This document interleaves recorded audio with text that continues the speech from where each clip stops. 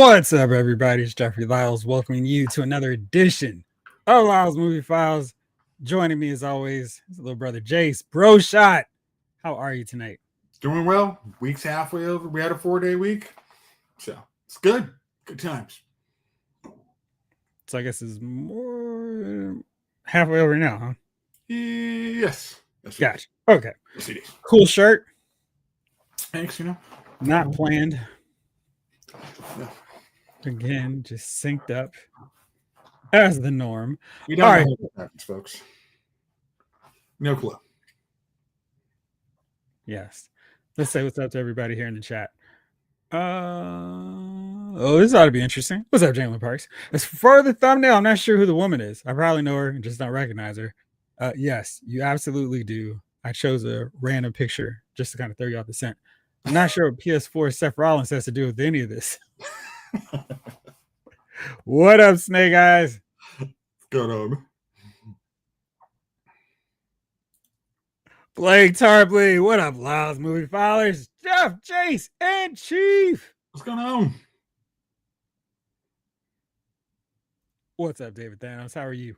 What's going on? David Thanos, unless a parlay busted him. I feel like we're getting happy, Chief. Yeah. Blake, time to bring the ruckus. Bring the Movie Files ruckus. Oh, sorry. I like it.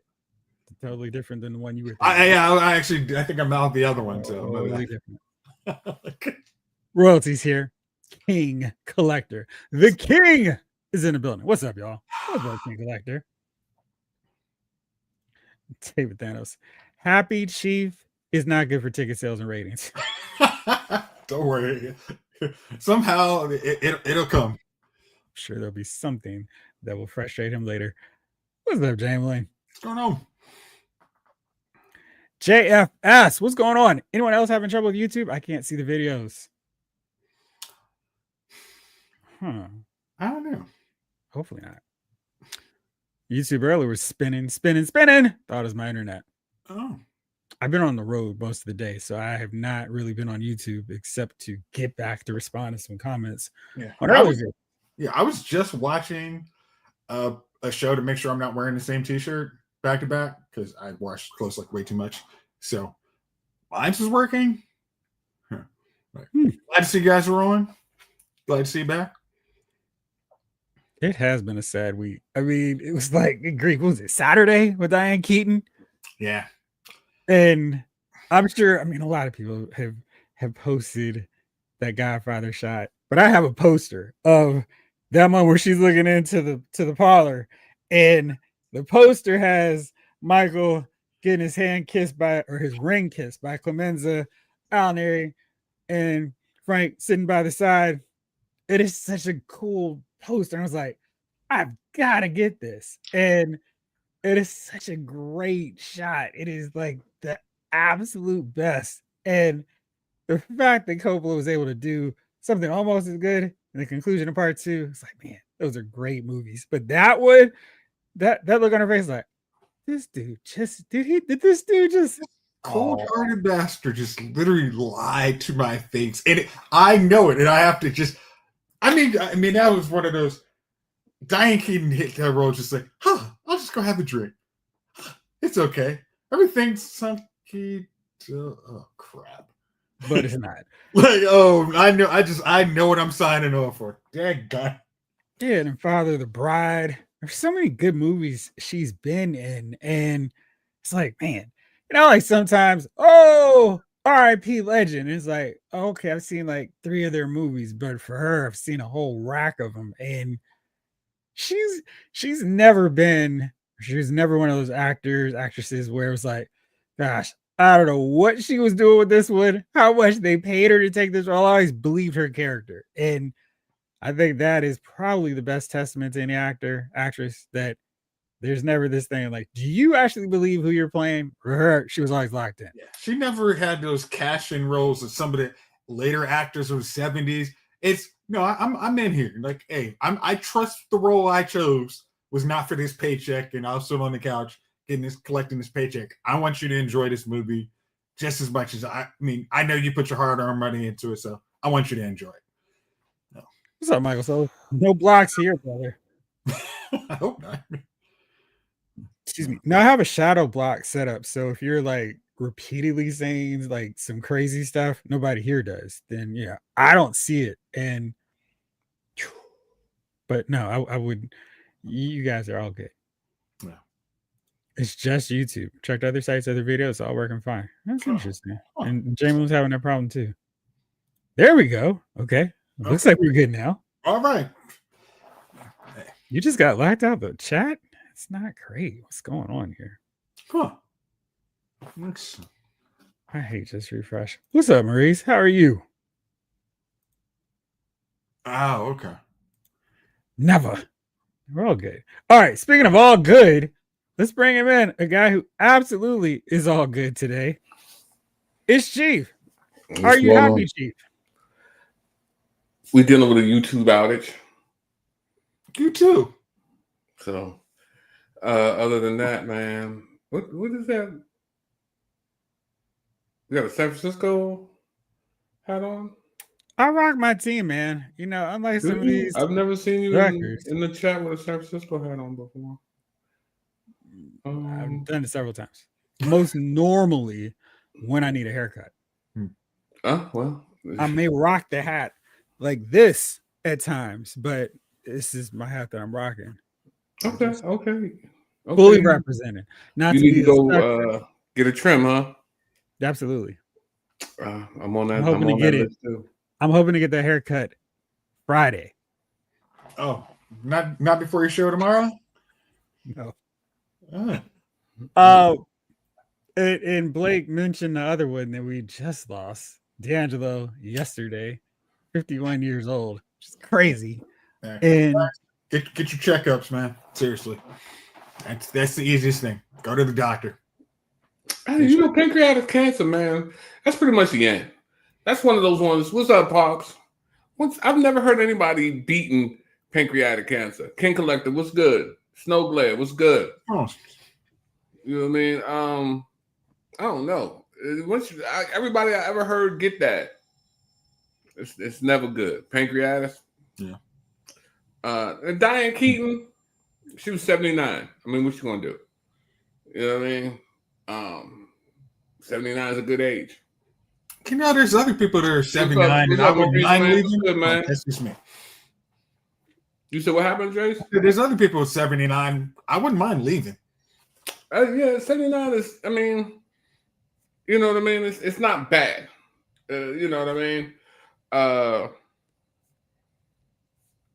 You know, it's not as good as 85, but at the same time, it's not a bad number, man. Once you get over that average, you living on kind of borrowed time anyways. You that's it. You at the table.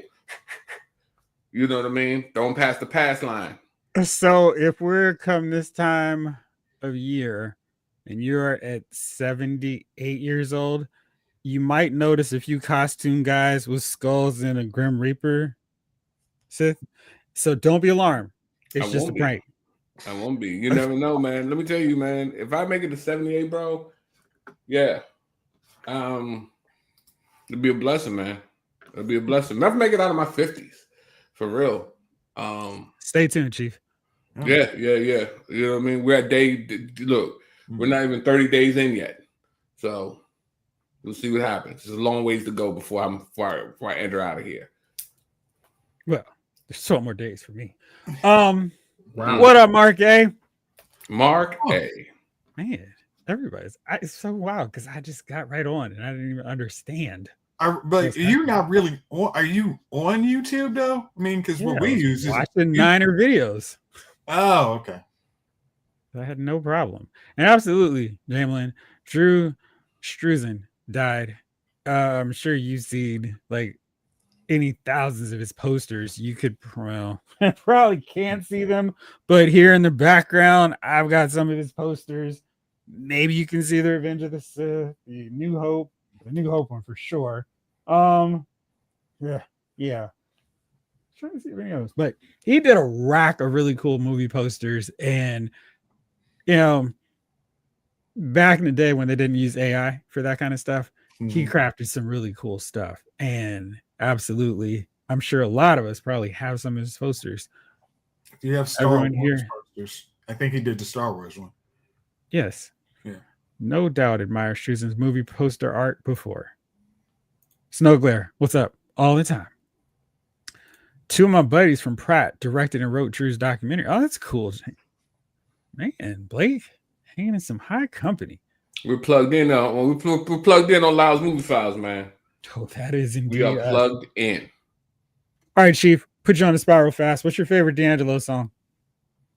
I mean, maybe How Does It Feel? I'm not a big. I wasn't a big D'Angelo guy, but I do remember that song. So I mean, if you ask me to name another song, so that's what I'm saying. That's probably my, but I probably heard of the songs, just never, never paid attention. But I remember that song. I remember the love it got when it came out, so to say. You know what I mean? I read between the lines there. Yeah. How about you, bro? Oh, basically, as I joke. I mean, I don't joke about it, but it's if you were in my car, probably was it 2001 through 2008. Voodoo was in the 6-disc changer. So probably my favorite on that album. You got to go with Untitled or Good Day in the Morning. That's what I was just listening after I finished my workout. Nice. So, mine is Me and Those Dreaming Eyes of Mine. First album. Those Dreaming Eyes of Mine. Also, shout out to Cruising. Okay. Yeah. Mm-hmm. Shout out to Cruising because you got to have some audacity. Ask Genuine to remake a classic and then have people go, not bad. We're like, Intro did that with Ribbon in the Sky. Like, hey, you can't. Oh, okay. It's allowed. Cruising was one of those songs where it's like, okay. Yeah. And that was one of those when the original artist came and duetted behind it, like, yeah, I actually did like this. I like what you did with this one, son. Like, good job, guy. Like, I will co-sign with it. Yeah, so exactly. Cool. King Collector. We age better than our parents and our grandparents, so our 70s won't be like their 70s. That's true. They had a hard 70. They had a hard 70, man. I mean, what was we talking about that last week, right? Like Archie Bunker and them was our age. Now, Carol O'Connor, when and I was like, dang. Just think about the fact that if you watch Cocoon, Walt, it was gosh, I forgot his first name. William Brimley, the guy with the mustache. Wilford. Huh? Wilford Brimley. It was 53. That's crazy, right? I mean, that was just Paul Rudd. You look at Paul Rudd. Paul Rudd is older than him. And it's like, wait, how did y'all lived? I don't know what y'all were doing, but y'all lived some years. It was some wild times, man. They had tough, they lived through tough times, man. Hey, give us a couple of years, we might catch up. What's up, Lawson? Man, it's like a gateway getting into YouTube tonight. Lawson, what's up, man? Huh. So you met Drew? That's cool. I worked on some Star Wars stuff with him. Oh, wow. That is very cool. Okay. Yeah. Look, I agree with that. And also, I also put the disclaimer, sometimes you shouldn't need them. So I'm glad you had a great time with him, man. Other times, I've met a couple of stars and you know what I mean? You know what I mean? I'm like, I could have done without that interaction. So I'm glad I'm glad you met somebody that you dug, man. I'm going to drop a name, not to be obnoxious, but when he was in town as part of the cast roundtable, they were going around. They were in a hotel in Georgetown, and so I got to meet a rack of the cast for Ladder 49. Morris Chestnut was one of them, and I was all set to be like, this dude is going to be such a conceited sucker, and I can't wait to tell everybody how stuck up and obnoxious he was. So cool. And I was like, oh man, hey, you're cool. It's like I want to hate on you, but what a hate, but man, cool. he was so cool, and Robert Patrick was in that cast too, so I think it's funny watching other stuff he's in now. Like, I remember him. I know Javon said he met Tom Cruise when he was filming, I think, one of the movies down here, and he's like, this dude is awesome. I mean, he's like, if he meets you, you were like, hey, how you doing, Javon? It's like, what the freak? I'm nobody. And this dude's like, hey man, how you doing? Nice seeing you. Glad you guys are here. He was like, thanks for. I've heard that about Tom Cruise. Huh? Like he'll remember a conversation you had with him like 4 or 5 years ago and bring it up when he sees you again. That's a good trait, man. That's probably why he is one of the most popular guys out there. People love him. Hmm? You know what I mean? And I think that anybody who's a star and treats people like, with a sense of respect and normalcy. Because the biggest thing is, it always gets me when movie stars. It's like, hey, you would not be a movie star without the people. So if you're a jerk, it's like you don't expect that. Hey, you can't be this person without all these other people behind you. And if you're a jerk, you can lose it in 5 minutes. If you get, I remember. I was on Rhode Island Avenue, man, and there used to be a place called the Golden Skillet, and I used to go in there from time to time from lunch. And up pulls this black SUV. I don't remember if it was a Cadillac truck or some Yukon or something. And so I look, whatever. I turn around, I'm doing whatever. The door opens. I think I'm leaving out. Am I leaving out? Or maybe the door opens and I turn around. And me, I'm just one of those people, if you walk into the door, I'll just speak. You know what I mean? Hey, how you doing? And when I spoke to the dude, it turned out to be Wale. Mm-hmm. I think he was in the all red Adidas suit with some red Adidas sneakers. I'll never forget it. And I was like, and I spoke before I recognized who he was. So I was just like, hey, what's up? And he kind of just looked at me. And it was just me and him in the store. And then he kind of looked at me, then looked at the menu and walked out. And I was like, what a dick. So, you know what I mean? Mm-hmm. So, yeah, that's that thing with him, man. So, that's that. Sometimes, he wasn't no hero of mine, but sometimes you just can't meet a star, man.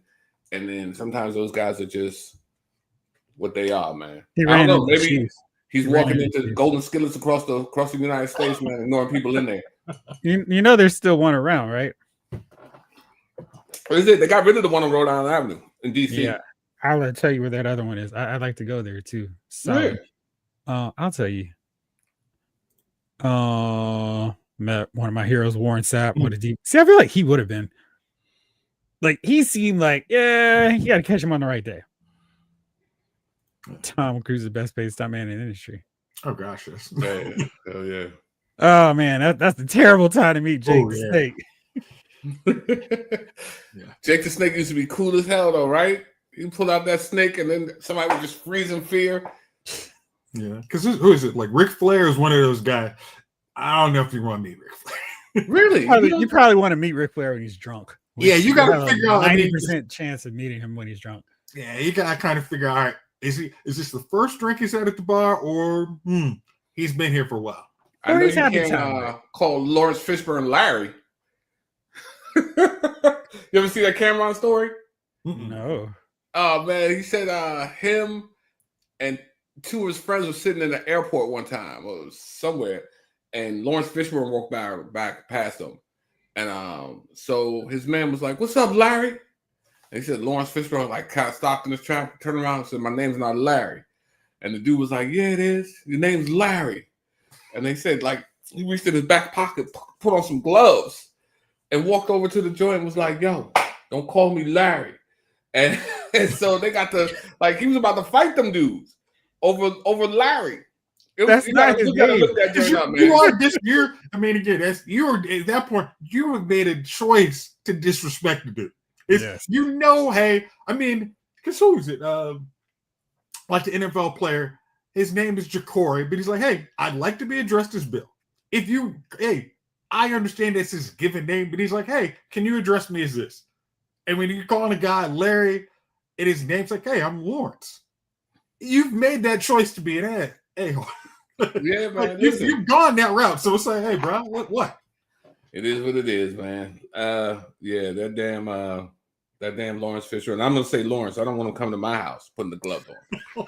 I don't need that love. Call Lawrence Fishburne. I would never think to call him Larry Fishburne. He was Larry though when he first started out. Before, what was it? What's Love Got to Do with it? It was Larry. In deep cover, it was Larry Fishburne.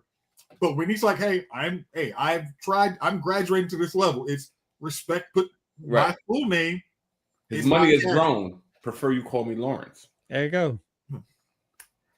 David Thanos met Rick the Ruler. Cool guy. Lost and met Bill, another Bill. Yeah.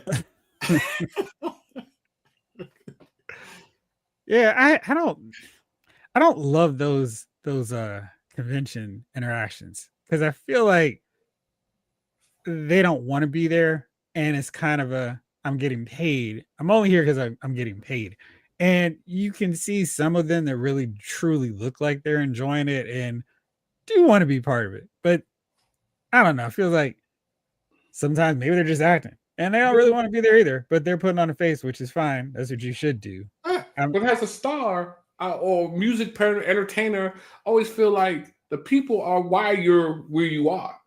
So you know what I mean? It's not one of those things where you got a job, you're an investment banker or something. you know what I mean? Like, you know, see, the funny thing is, I think you're right, but it's some of them feel, hey, I have been regular. I should be in a movie. I should not be on the convention circuit. I'm better than this. But then there's others. You know what? I'm enjoying the interaction because maybe I'm not getting those movie roles, but hey, I'm making 20 grand, 30 grand today. I can smile for that. I can do this every weekend. Hey, how you doing? What's your name? Cool. Thanks for coming out. No matter where you want to be, that has nothing to do with your the people who support you. You know what I mean? Like, how many times you didn't want to go to work, but then when you got to work, you had to put on your good face. Hi, you know what I mean? There's never. I'm gonna be honest with you. Thank you. There's probably never been a day, maybe a couple, but the majority of days I don't want to go. But when I'm there after the Giants win, I'm sure you're kind of like, you know what? I might be able to talk to them. I'll have a smile on my face for a little bit. You know what, man? My job stopped being fun a long time ago. And I'm gonna be honest with you, man. When I go in that thing, man, get up, 2:30 in the morning comes quick. I'm up. I don't ever want to be there, but when I'm there, what's up? Hey, what's going on? I'm there. Yeah, now, but it is what it is. Maybe that's why you don't hear from him anymore. Maybe he's not riding around in the back of that big SUV anymore. I don't know. That's just how cats are sometimes, man. You could speak. Like I said, I didn't even recognize who he was. So to me, I wasn't speaking to him because he was, you know what I mean? I was just speaking. And he had no words though. I was like, oh. Yeah. No problem. That's a cool interaction. Chamberlain. Man, that sucks when people call you outside the name you made it clear that you prefer. Ain't that right, Lyle? Good one. I salute you, my friend. I met Joe DiMaggio. Absolutely the best one of the month.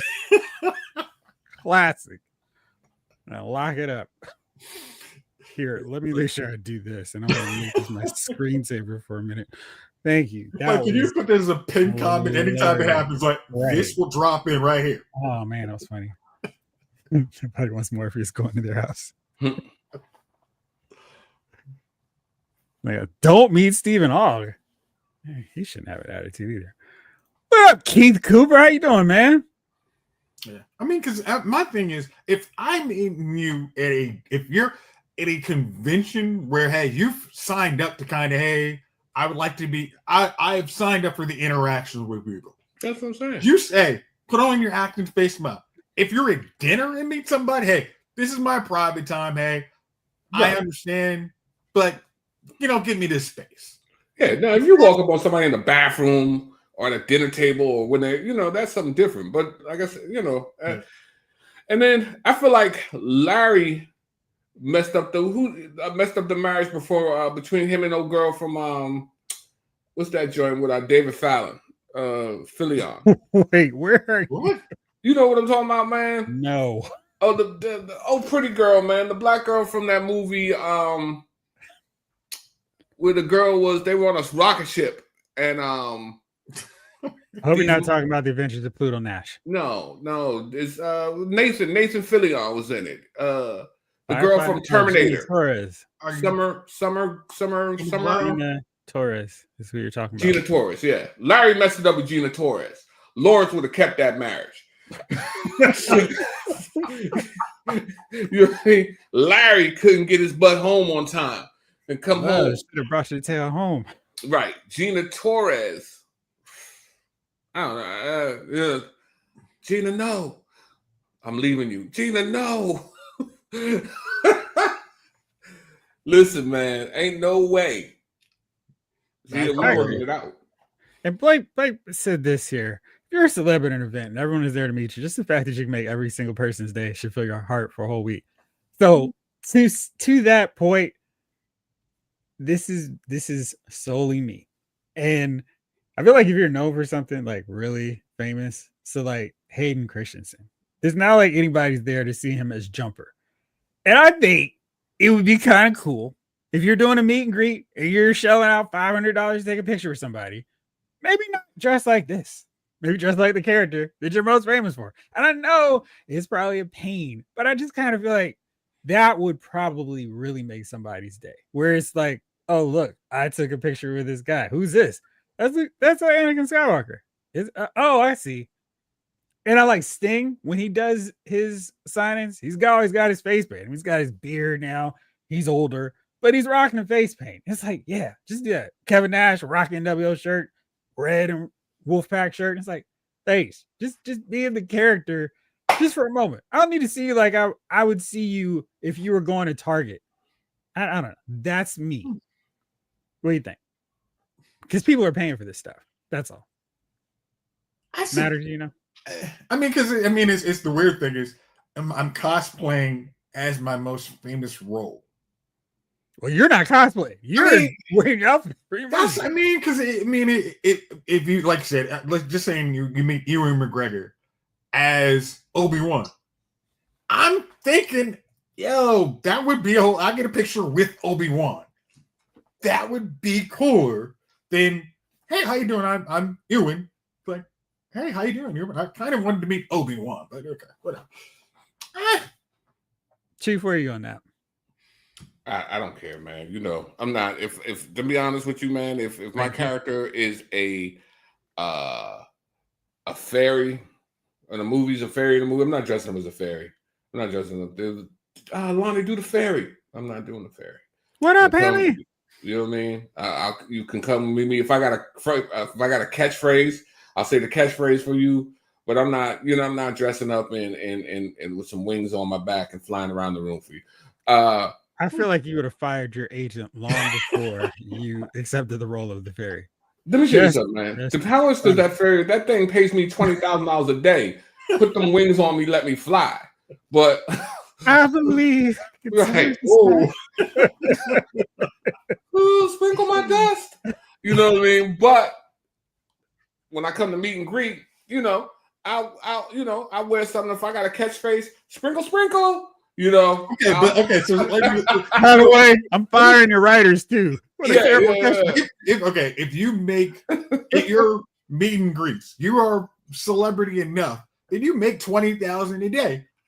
What you go to a convention is sprinkle fairy. I would if I make $20,000 a day, I would go meet the people, man. I would meet the people here from Lyle's Movie Files who come and see us every Wednesday. So I don't have a problem with meeting people who support. Matter of fact, that's the whole point, I think, of the interaction. Going to see people who support you, dealing with people who support you, interacting with people who support you, right? So if I'm going, like, these people have made me popular, put money in my pocket, fed my family. Yeah, heck yeah, I'm going to see. I'm going to look. We're going to kick it all day till the end of whatever's going on. You're going to have to kick us out of the venue. I'm not going to be one of those people who be like, all right, well, I've been here for an hour. Let's do it. Hey, man, we kicking it. We kicking it.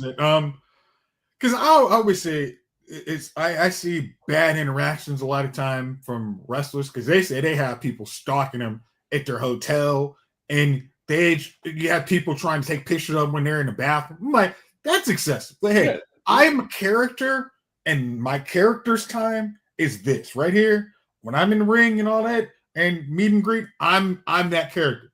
As soon as I go out, I am a regular person. Like let's they let's take be it too civilized. far. And so does the paparazzi. The paparazzi takes it way too far. But like I said, if I'm walking down the street, just walking down the street, and somebody walks up to me and they're like, "Oh, what's up?" I'm like, "Hey, I don't have a problem with that." But if I'm at a romantic dinner with, what I mean, with my lady, or I'm, somewhere. Is it the shirt? The shirt gives you the It is same no more vibe? shirt. You know what I mean? And you've got the beard too. So. Did he have a beard in that movie? Yeah, He did. at the end of the movie. Yeah, to save the electricity.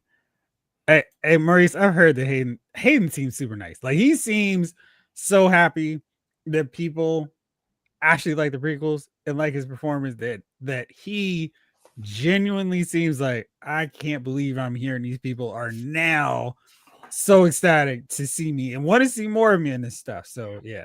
I mean, think about me, because if you remember for years, the prequels are the worst things, blah, blah, blah. And then I think when he went back to Celebration, you could see he was genuinely moved. Like, this is really what I was hoping we got when we first came out. I mean, you could see the look on his face, like, thank you. Like, I mean, and if regardless of what you think of him as an actor, it was okay. Thank you. I'm really moved by this. Damon is on a roll tonight. Jace wants to meet Zoe Saldana, but she wants to be blue, green, any color but brown. I used to love her. I don't love her no more, man.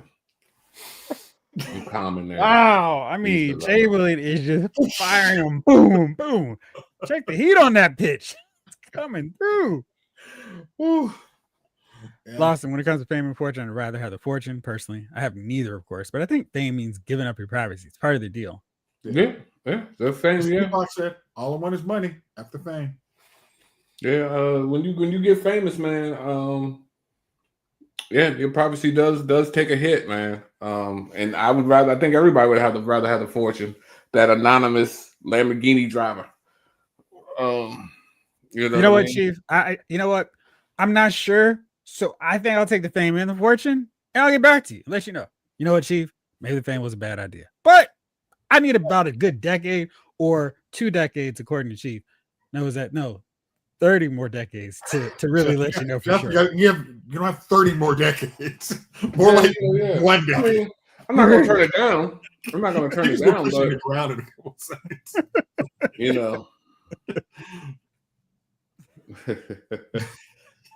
I'm not singing any ditties. That works both ways. Right. No diddy do and no diddy dumb. Zoe can't see color. Gosh. All right. Look up what that X is about. That's gonna be funny. I understand. She's too busy hawking phone commercials. Let's talk. Right. You know what I'm talking about? The Jay-Z joint? Okay. Allison Tabitha. She got a photo op of him the first day as Wonder Woman, then she met up with him the next day dressed as Anakin. That's cool. I have to check this out. She shocked him. Oh, maybe I have seen this one. Did she dress as Anakin? Because I know there's one cosplayer who did a fantastic Padme. I have to check that out. Allison Tabitha. All right. Okay. Let's talk real fast about. Hold on. Yeah, Jeff. What's this new phenomenon with A-list celebs doing all the commercials? Right. I mean, remember just this random dude? Now it's just like, think about the girl for AT&T. I mean, that was her. Cool. Thank you. Yeah. Like she made how much money off that versus Zoe Saldana. It's like, Zoe don't need that money. Well, I mean, what? I mean, Snow Claire, what are commercials? The stuff you have to watch if you don't pause your football game on time. Or you're like Chief, who just I pay around those things. I don't have those. I don't have those. I'm not gonna watch no commercial. Commercials are easy money. Enough said. Well, I mean, it worked for Vinny Chase, so I can't knock it. Hey man, hey look, come on through to Baltimore, bro. You let me know what day, man. Chase, you want to go to Baltimore Comic Con this week or Sunday? Oh, Sunday. I don't know. Let's see what we can do. All right, let me know, and Why then I'll Sunday, let everybody though, know bro? tomorrow. It's not open Saturday. It is, but Sunday is the best day because all the vendors don't want to pack everything back up. So if you get them when they're like, I'll give it to you for 10 as opposed to 15 or 20 because they don't want to take it all back. So it's a good day to haggle. I can't leave football for it, man. I'm I sorry. understand. I want Niners to don't play go. till Sunday That's night. you know what I mean. I'm up for a Saturday, man, but football day. Football day. Mm. I got it. Mm. Oh man, that's cool. Money. That sounds really cool. Yeah, we'll do it, bro. All right, everybody. I need money. That's why celebs are doing commercials now. Active money is tight. And agents and managers don't need to get their percentages. Commercials keep you in the dough. Case in point, what's in your wallet? I mean, Brian Cox is hawking McDonald's, which seems so wrong to me. He seems so sophisticated to plug the Big Mac. Retro Rub was gonna be there at the con. I may have to make it out then. Okay. Rick Cage. I don't know, Chief. Some of these commercials nowadays are entertaining, and the bass be slapping. That Megan Trainor one is funny. And who are you, Patrick? He does football. He plays. He does the football thing, and he also whines to the refs. Sorry. Give it up for him. Give it up for him. That is good. Yeah, they take the commercial. That was from a commercial. People will. Yeah, the Megan Trainor deal. Funny. Let's talk about Peacemaker. When last week hit, we were looking forward to the season finale of Peacemaker, and gotta say, it let me down a significant amount. I was signing up for a season finale of a show. I didn't realize I was watching MTV and VH1 back in the 80s. I had no idea.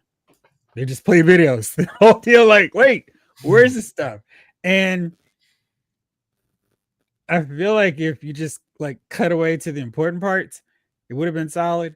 But I also feel like it kind of made it where they might have needed to do some fine tuning throughout the season to get rid of some running gags, some stuff that wasn't necessary if they wanted to get to the end point that they did for the season. Because I can think of several interactions, several conversations that, in some cases they were funny. Some like, come on, James, not Jim. Don't get in trouble with him. You don't need this gag if this won't matter later on down the road. And I feel like where it ended was solid. Like I was fine with that. What happened, I was on board with because I'm like, yeah, absolutely. That's what should have happened. Just because you're better doesn't mean everybody agrees with you being better. So the music videos are really long and felt like James Gunn was, y'all are gonna pay me to have my favorite bands play. Sweet. What did you think? I'm gonna stick with one. I mean, a couple points. I was expecting to see where the alien who kept coming through. I was expecting to see that. I mean, it was just like why is he always bringing these little things and just puts them in an incinerator and just go? Out of all the worlds we actually went to, even the little small fairy one, I mean, it was mentioned in the first episode, but I thought I did see Chief in there. I mean, that still should have been okay, you at least got to go to that world, right? No, it's just the dude walking around. We will never pay off that. I think, I mean, for when you advertise something as a giant scale, a giant sized episode, you're wrapping everything up. I expected to see, I'm trying not to, we went to a whole different world and we don't pay off anything. We look like we're about to see this big, what's going to come next in the season. But now we're kind of hearing that. Hold on. Read Mark A's comment first. Okay. No spoilers, but is this season's ending going to get tweaked? Like, no, it won't. They were just setting up the new era of the DC universe. That's why they had to tweak it. This is part of an ongoing story, which I think has upset some people because they're like, we don't want an ongoing stories. Like, y'all are lying because y'all said you wanted this just like MCU. Yeah, I mean, this okay. The real truth is everybody wants, comic books, series, stories, whatever, are always, we want more. We want the next thing. Why am I watching this? To go read the next book. And when you don't have that, there's one and done. you're in the era of Marvel, well, that didn't matter. And you can't have it both ways. It's, hey, I want to see where this goes. I want to see where this cliffhanger leads us. I want to see why I've invested 8 episodes or 6 episodes in Echo versus, I mean, not ever seen. Because I don't, you guys jump me to something, I don't even need to watch that. Echo's story ended, and Echo's story led to Daredevil Born Again. Okay, but You don't have to watch Echo, but she had a fully told story within her 6 episodes. okay, all right, cool. But some of the other, I'm not going to quibble with you on that. But there are other ones. Is, hey, how many of the MCU movies have gone nowhere? Oh, this cliffhanger, this post credit didn't go anywhere. This one, and people don't like it. They want to, like, okay, I love reading a continuous story. I may have to do some homework, but that's the thing I signed up for. With Peacemaker, if you've enjoyed this season, I think that is me and Jeffrey were talking. It was this series. I mean, the season finale was a letdown because it looked like it was going a whole bunch of storylines, was going to wrap up, and episodes. Was it 8 episodes or 7? It was 8. Okay, episode 7 seemed like it was leading to a whole lot of good storyline, and then it was it was a letdown. It was out of even as Jeff gave it on loudesmoviefile.com, he gave it a 6 out of 10, and that's where I gave it to. I had enjoyed this series, the season a whole lot more, but this season finale was a letdown from all the storylines that we've seen, and some of them hey, you could have taken these 2 music videos out and just say they happened and give us a story that we would like to see.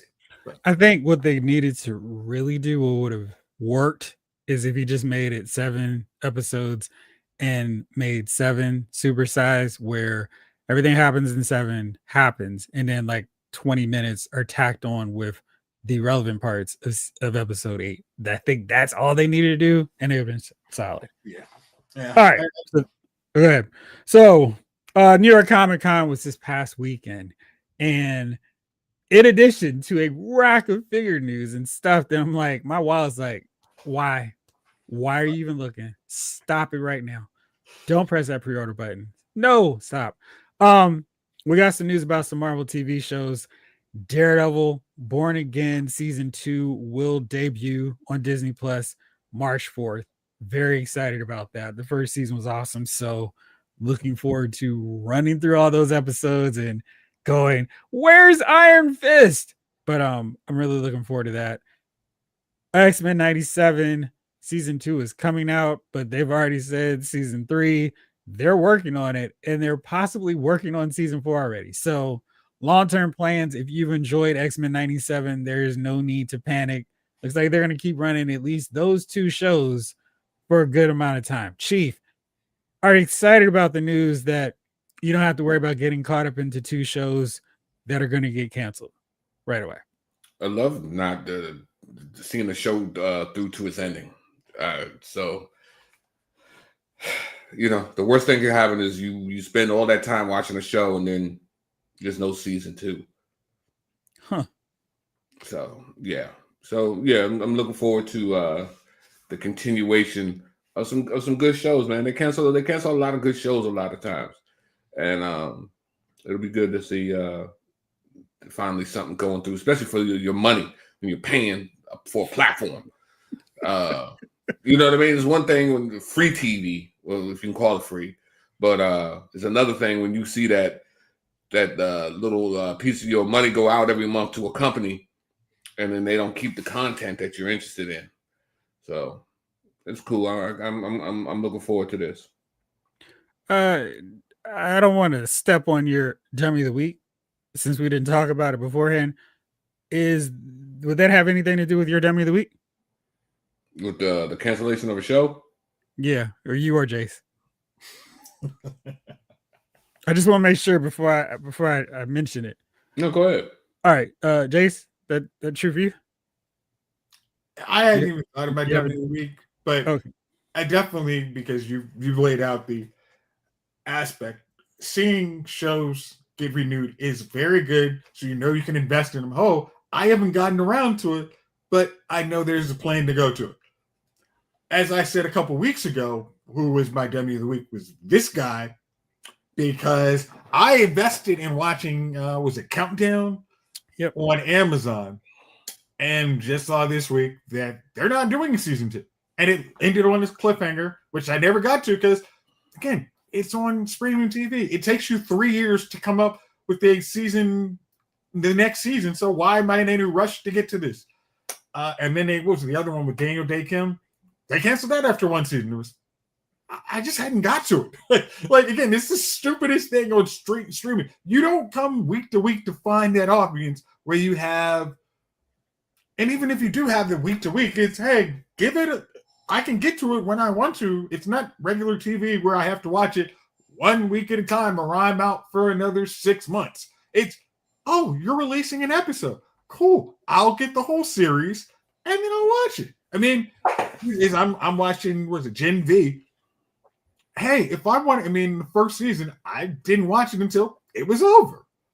And this week, this season, hey, I'm watching it week to week. But for these other shows, Amazon, they got money to spend. It's no rush to watch these things, but they keep deciding, we're going to go on the NBC route, and they're going to find out. People are going to just like, okay, I'm not watching your shows until you greenlight a season. Whatever.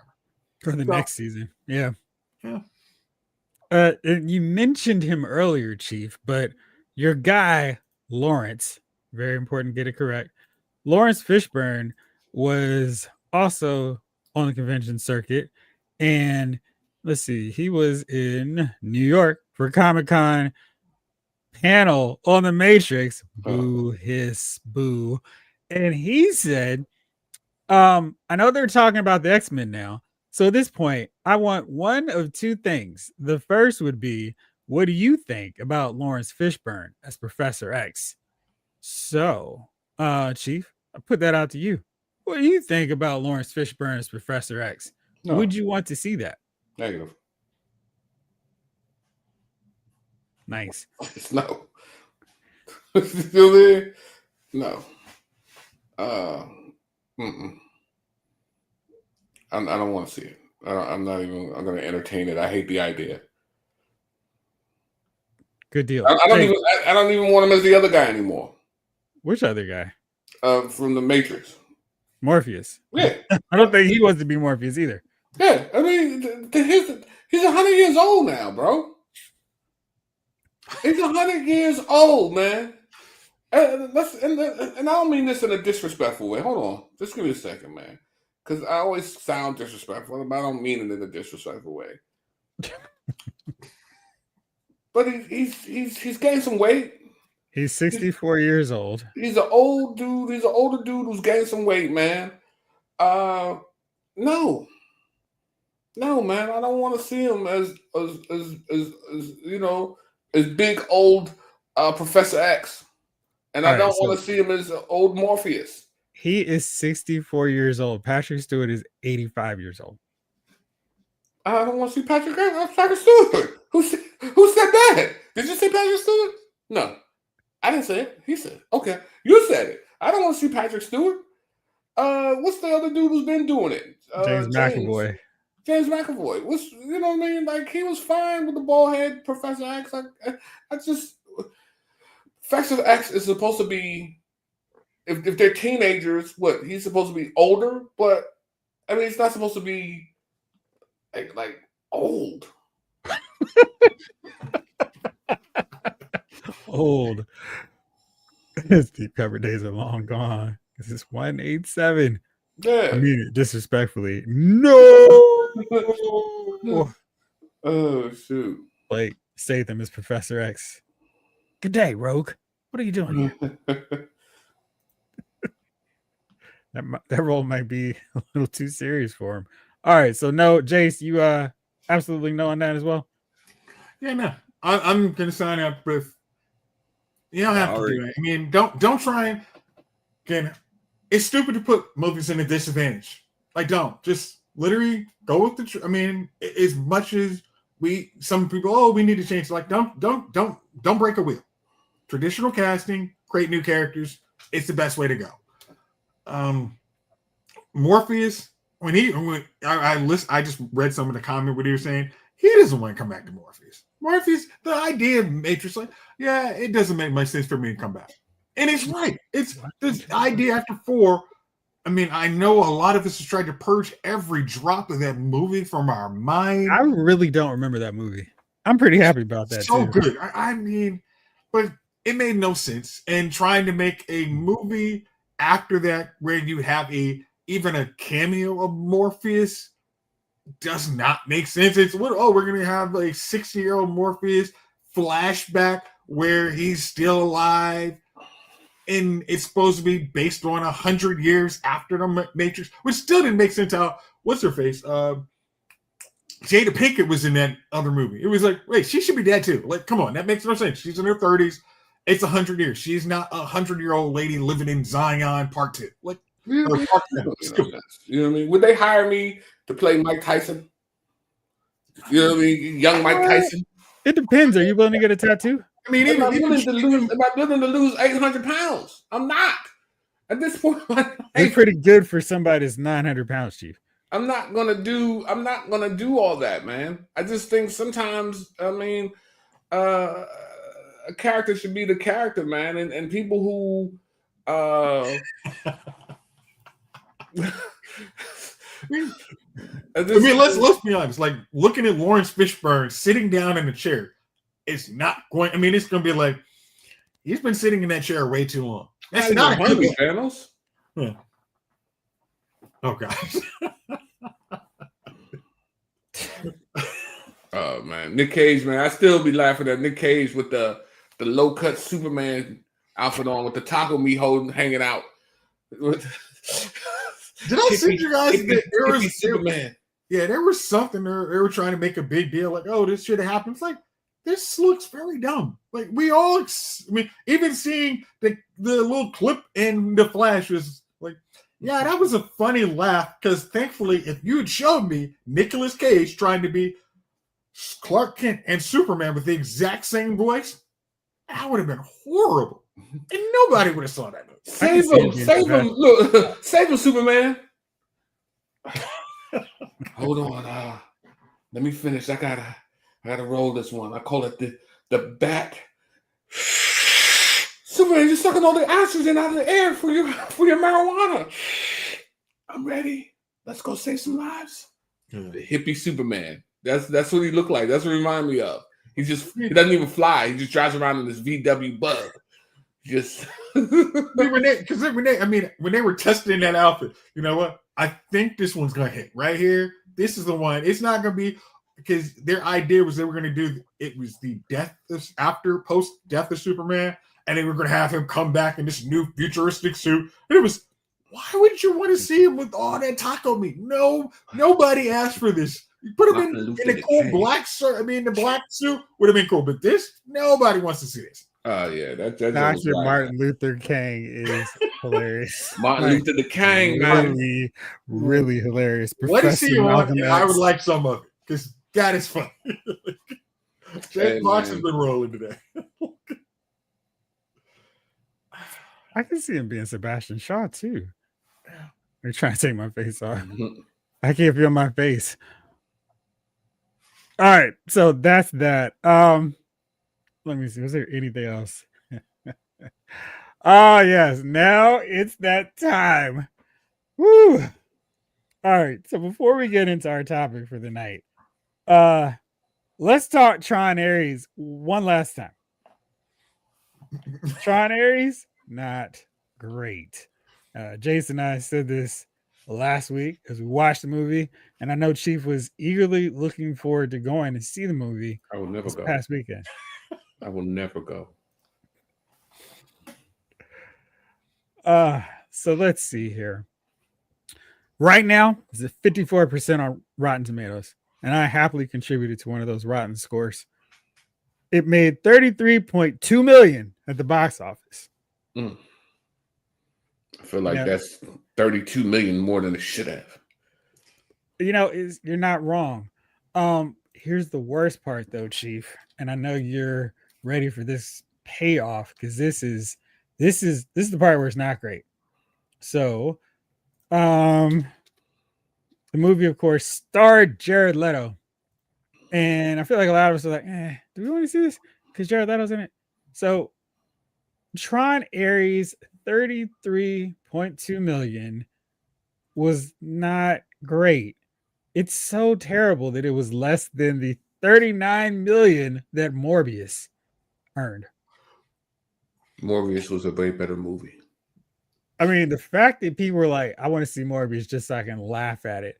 This Tron Ares, no thank you. And Omega 579, you're not wrong with that either. It was not great. And was it Saturday that I sent you the picture, Jace? Was that Friday? I don't remember. Friday. One day this weekend, I made sure I had to find some batteries to operate my 3D glasses. And I put in Tron Legacy. That movie's awesome. I cannot fathom how anyone associated with Tron Ares watched Tron Legacy and said, yeah, here's what we're going to do. And delivered Tron Ares because it is awful. Like really, really, truly awful. And it deserves to not make any money at the box office. And worldwide, it's got 60.2 million. So no one wanted to see this one. And its production budget was 180 million. It's not great. And the Hollywood Reporter is saying that basically Tron will likely retire from the big screen because this movie did so poorly. Because like maybe nobody cares. Nobody doesn't care, man. And I like how they put it on. It's Tron retiring. You know what I mean? I'm no prognosticator, but I think the Tron has labs gonna make it's just the thing is that Legacy was really a cool looking movie, and I feel like you can get away with just making a movie that's a visual spectacle, and who cares about the plot? This one didn't have that either. It was just like, man, it was a night and day difference watching Legacy after watching Ares. Like, gosh, how in the world did they get to hear from that? You just okay. So here's the weird thing about that is I don't know offhand what the budget of Legacy was, but Ares years later, the budget is $180 million, and we don't see it. I mean, it was 170 million for Legacy. Okay. Like you just said, you see that budget in the movie. Ares paying for Jared Leto's vacation. I mean, the stuff they wasted money on when they were printing out basically the 3D printing version of the stuff was stupid. It was, you can use this money as a better use of the Tron world, the grid. That's why Legacy to me worked so much better. It was, hey, we spent more time in the grid, so I understand why you spent this much money. Legacy, Ares was, this isn't worth this money. And then we were also, some of us who went and saw this movie were sold a bill of goods. It was, hey, you're going to see the Tron world invade our world. Oh, there's one damn tank. One tank and 2 light cycles. Really? We can make this cheaper. Oh, we got the wings here too. You didn't need it. We didn't even have the cool light cycle vehicle race that we saw. We've seen in all Trons. That was, they had some version of it, but it was nowhere near as cool as in Legacy or even in the original. I think a lot of people just say, hey, because based on the ratings of, Tron Legacy, critics only like 51% of critics like that. Audiences were kind of mid on that too. And this one, critics is like, can we retire this franchise? Because it's bad. And based on the amount of people who went to see it, I understand Disney's philosophy. Hey, we're about to take a big giant loss on this. So Tron's not it. We're gone with this. It's over.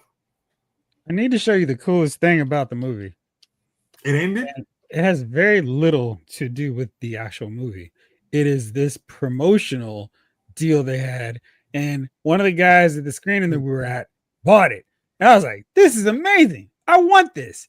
And I'm glad I didn't rush off before the movie started to buy it because, wow, but here is what they had. So it's a box that lights up where you put your popcorn in. That's cool. And I don't know if you can see here at the bottom, but it's also got the light cycle and it lights up. So it's got this swirling deal and it looks so cool. That's the only thing cool about the movie. Imagine how pissed you would be sitting in a movie theater and everybody's popcorn box has a light on it. You know what I mean? No, trust me. If you watched the movie, you would have been more entertained. No, I mean, because it was, you know, how the original light. I mean, because this is how stupid I thought this movie was. The previous two movies, one of the cooler things is the frisbee lightsaber. I mean, you know, disc that they use. This one, they decided, oh, we're going to use triangles because those are cooler. How does a triangle? I mean, a frisbee flies and comes back for a reason. This is a freaking. It didn't even a triangle. It doesn't make sense. It's horrible. Oh. David Thanos can see the chief in the back with another bucket. Oh God. I hope not to. That led me to tonight's topic because Keith Cooper, Tron should stay in Tron world. Yeah, that would have made more. I'm sorry. It would have made more sense to spend a bigger budget and Ares and flop worse based on that what they did, but there we go. Well, Rick Cage, a lot of people thought it was subjectively terrible. So you're correct. Mark A, hey, some movies I get excited about them not making a follow-up to. I had a lot of high hopes after Legacy, considering it's one of the first movies I got to see in high def. Yes, it took great advantage of that format too. It's just like, man, how did y'all do this? And I was mad all over again after watching the movie. Like, how did you not follow this movie? Jamie wants to know, how is there no Tron Saturday morning cartoon with characters that weren't in the movie? Some very cute creature in the 80s. Seems like something they would have done. There wasn't 80s. I mean, I think Tron had some really cool toys, though. It wasn't. It was too far ahead of its time. That's why I thought Legacy would have connected a little bit better, because instead of Dayglow blue, they were like, let's give it a little sleek black, but really amp up the colors. Snow Glare, we need fewer sequels for sure. I think we need fewer sequels for terrible franchises. I think that's the problem, because there's some stuff. Yeah, I want to see another Superman. I want to see, other films I want to see a new James Bond movie. I don't want to see another Thor Love and Thunder if Taika Waititi is going to direct it. So do you want to see another Joker? I didn't want to see the first one. Yeah. David Thanos. Every time I hear the word Ares, I think of the Uncle Luke song. Ares working that stuff. All right. So that led me to think, hey, what is the deal here? Because it seemed like there was a lot of high hopes for Ares, and I wasn't quite sure why. But some of it was like, hey, man, maybe this means that Jared Leto's not the big box office draw that we thought he was. I'm like, who thought he was a driving factor to get people to the movies? When they made a big deal about Morbius, like, check out Jared Leto's hair. I'm like, why? He's not what I would consider a movie star. And earlier in the chat, y'all mentioned probably the greatest movie star of our generation, the one before, and the one that's going to come after that, and Tom Cruise. He is a movie star. And even if his movies don't work, people go to see it because it's Tom Cruise. I mean, Oblivion was awesome. Right. In It Tomorrow, awesome. Those movies were really good. And I don't know if somebody else was in it. I know if Jared Leto was in the lead, those movies wouldn't have worked. And Tom Cruise is like, yeah, I'm not going to put out my movies until the pandemic's over because I want people to come to the theaters. All right, Tom, I guess we'll listen to you. Oh, shoot. That movie you waited on made a ton of money. Guess you were right.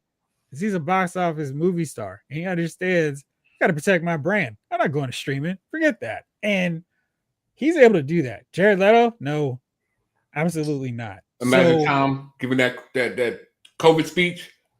Yeah. I mean, Jared Leto giving that COVID speech. Shut up, Jared. Sit down, Jared. If you guys in here don't wear masks, you're fired. And then everybody was like, oh, shoot. I was at home like, oh, I'm reaching for my mask. But Jared Leto, I'd be like, Jared, I'm going to do what I want to do. I think that was the casting isn't greatest what it joint used to ever, be. man. Yeah, I He feel- actually reminded me of Big Handed Les. I mean, that's the funny thing is Tom Cruise can do. He doesn't just have to do Mission Impossible. He says, "If I'm in a movie, you should enjoy it. Hey, I will go in Night and Day. I will do Tropic Thunder. I think that's great. Was it a school? What was the Rock movie he did? Ugh. Well, I wouldn't recommend that one. That was not good. But you're like, hey, Tom Cruise is in. I'll check it out. Like, wow. I think Hollywood has really tried and failed to create movie stars since the 90s. And they're running into this problem of kind of like what wrestling is doing. Hey, remember everybody you loved from the 90s and the Attitude Era? They're big stars. And their failure to create really big stars means you have to keep relying on Brad Pitt, George Clooney. I mean, George Clooney and the gang are working on Ocean's 14. I'm like, okay, do we need it? Maybe not. I mean, George Clooney look a little old now. And I mean, like when the movies first came out, he was young, hip, dapper. Now he looks more like Saul. I'm like, oh boy, okay. But it's just this thing of they keep trying to push these guys like Timothy Chalamet. He's a movie star. I'm like, is he? Would anyone recognize him outside of like, the young girls or young dudes who might like him? I feel like maybe not. And they keep trying to push these stars on us and not feeling it. Snow Glare. No one has ever said, I can't wait to see the new Leto flip. You know what I think also, man? I think social media has ruined the movie star too. That's like, true. You didn't have you have access to the movie stars, TV stars now. You didn't have access to them before. When you saw them, they weren't telling you where they were going to be, where they were at, private lives, this, that, and the third. They're not telling you to stay inside while they're sitting there, Olympian pool. You know what I mean? Smoking a $200 cigar or whatever it may be. So all these people, I don't think I've ever seen a Tom Cruise. He may have one, but I've never seen it. But I think the easier the access to your movie star, the less star power he has or she has. Because if I can just anytime I want to see them and just go on and see what they're doing, I think that takes away from who they are. I think the mystique. Yeah, I think normal. If you're a movie star, you don't need social media. You just need to be like they go to Starbucks too. Like, no, you know what I mean? Did Michael Jackson have an Instagram? I don't think so, right? I mean, technically, I'll say Tom Cruise has an Instagram, but his Instagram is to promote his movies. It's not, hey, I'm sitting in the house. Hey, right. What are you guys up to on the live chat? Thanks, what am I? Hey, I'd like to talk to interact. It's got a sense like he's doing something. He's important, and you can't be a part of that. You know what I mean? And that gives a certain amount of space between you and that person. But then when you say, welcome in, this is what I'm doing, it eliminates that star power to a degree. Because you're like, oh, well, he's down the street at the ice cream shop. You know what I mean? You're supposed to run into your stars by accident, not know where the hell they're going to be. You know what I mean?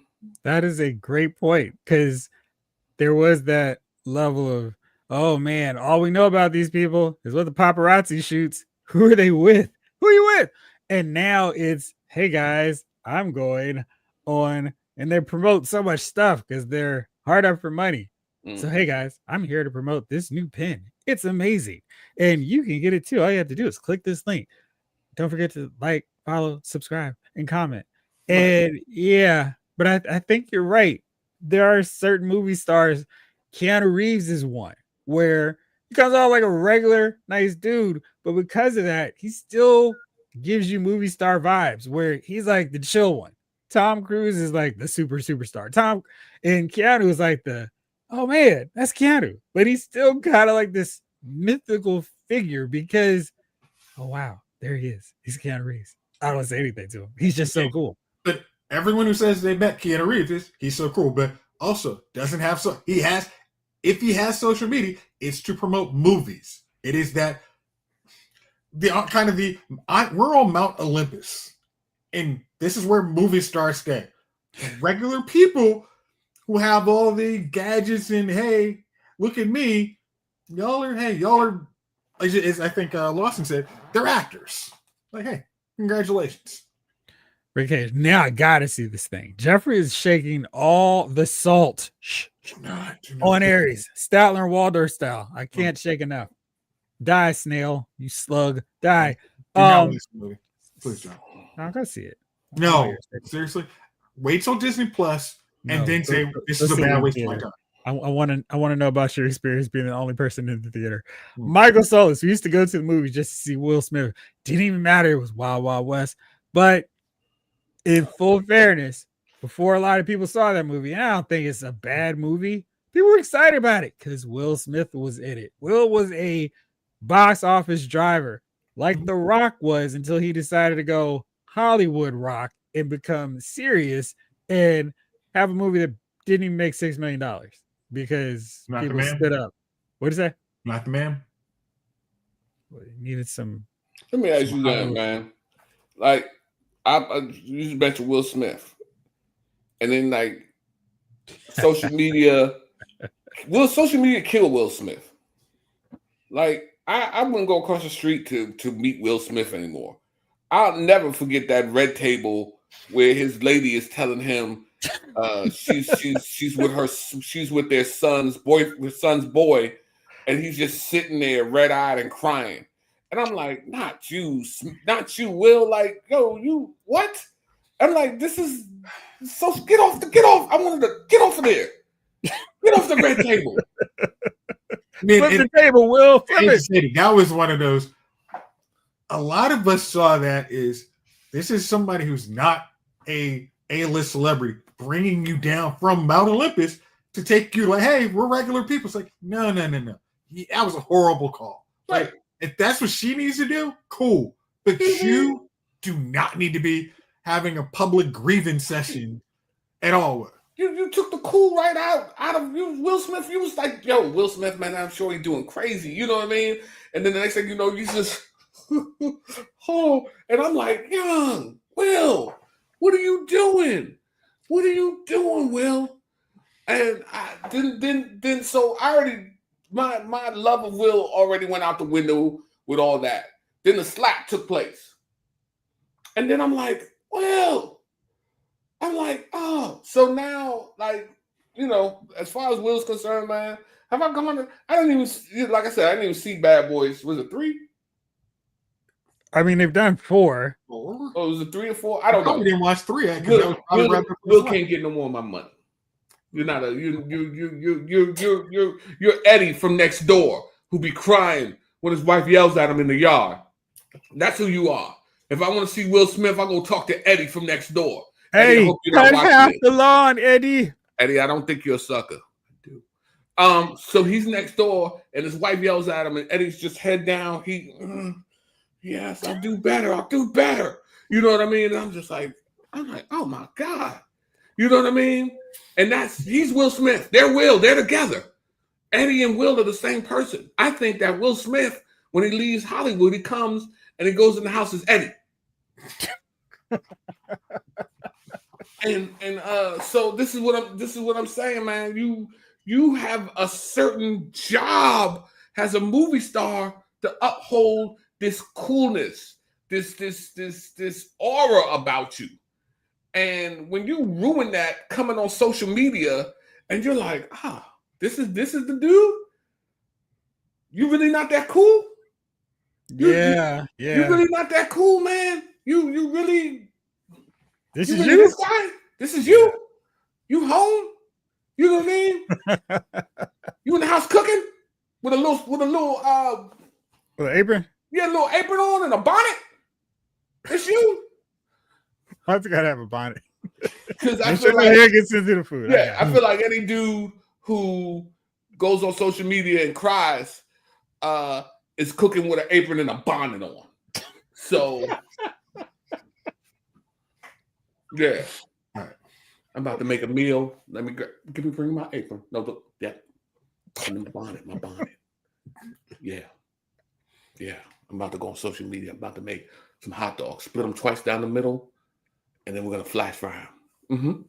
Yeah, so that's how I feel. That's how I feel about Eddie. Not Eddie. Will. I feel like you just did your thing, man. So that's a star that I feel like social media is ruined. All right. Just a FYI. Nobody asked me for my Lost 2 this. cents. No, that's good. Stars we see on pedestals can't be on a pedestal if you're advertising your birthday party highlights and your latest shoe purchase. Right. And nobody cares. That's the other thing about it. Nobody cares what you're doing. I don't care that you bought a new Lamborghini. I don't care that you're sipping an Ace of Spades. I don't care that you bought a new house. I don't care what you're doing. Like, stop making movies. Just are you making a movie? No. Then I don't care. I don't care. You know what I mean? And the people who are caring, you really don't want around you. There was a stalker in my house when I got home. I found them in my, there's always that Hollywood story that somebody got through the security and climbed your wall like a squirrel. And well, they had CTU on the case, Chief. They were taking care of things. Jack was busy. So Jamlin brings up another great point. I don't take offense to this. On the other hand, modern society puts too much equity in reality stars and influencers. No offense, YouTubers. I 100% agree with you, because if somebody on TikTok, Instagram, YouTube can make enough money to go to the same places that these stars were going to, that was like a keep the riffraff out. Now anybody with a camera and cool clips or whatever can do the same thing. It drags the whole thing down. They're reality TV stars, influencers who are on that same level. Like teenagers and kids know these people more than they do movie stars, because the movie stars aren't stars anymore. And yeah, I wish I was one of those influencers who are making that kind of Hollywood. I mean, on one regard, that's on purpose.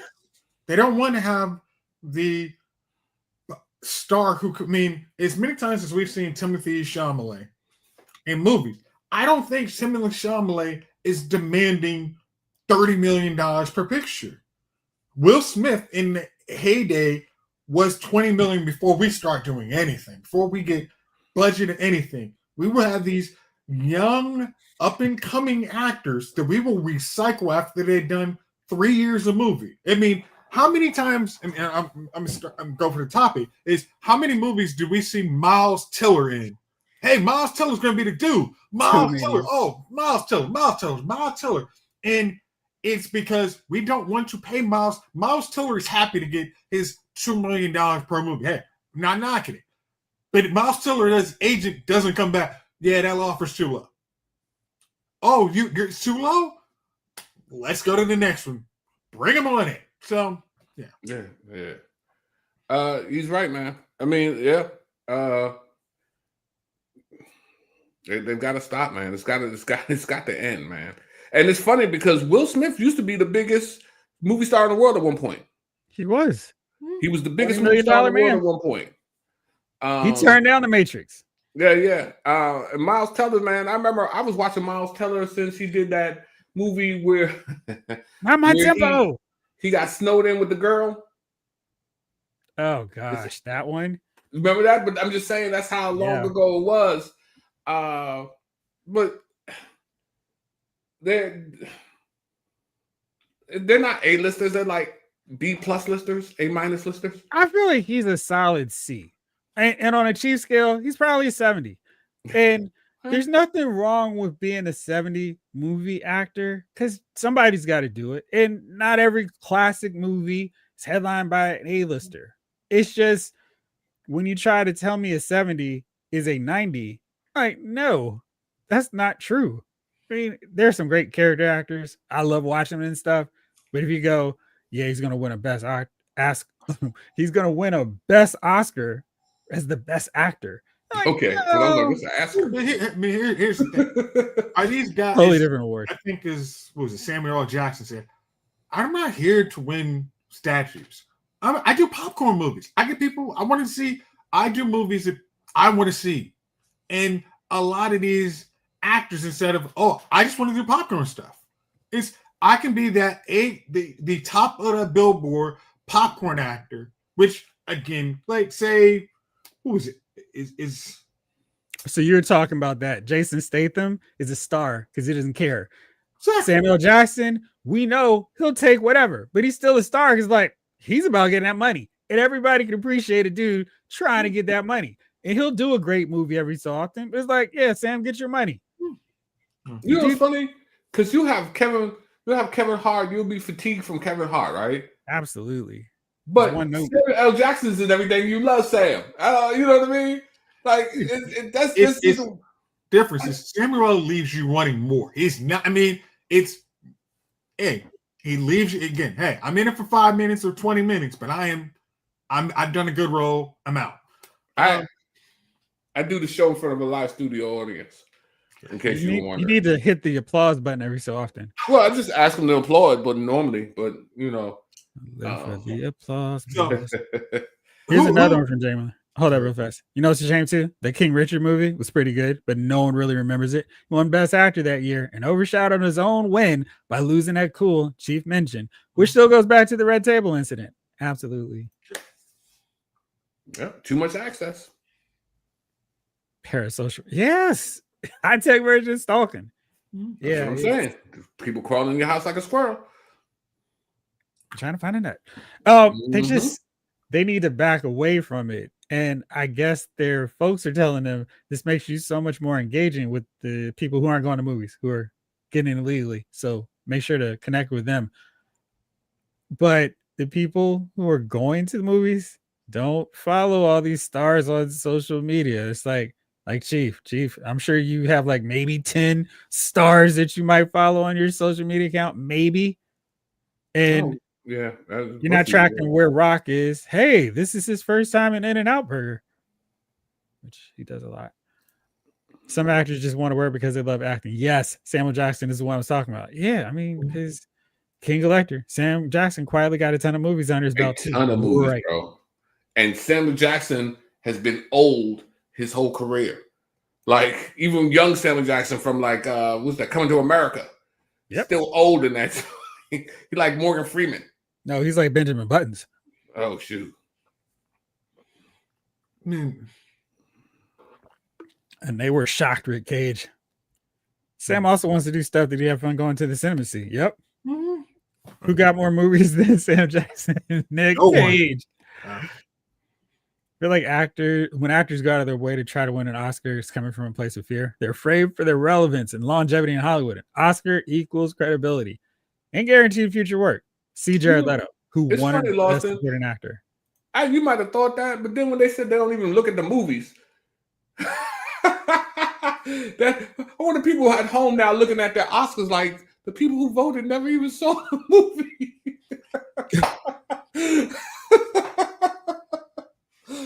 Oh man! Look at how Denzel built his career. For every Pelican Brief and John Q he did, we got a Fallen or Book of Eli, and he understood the need to pivot.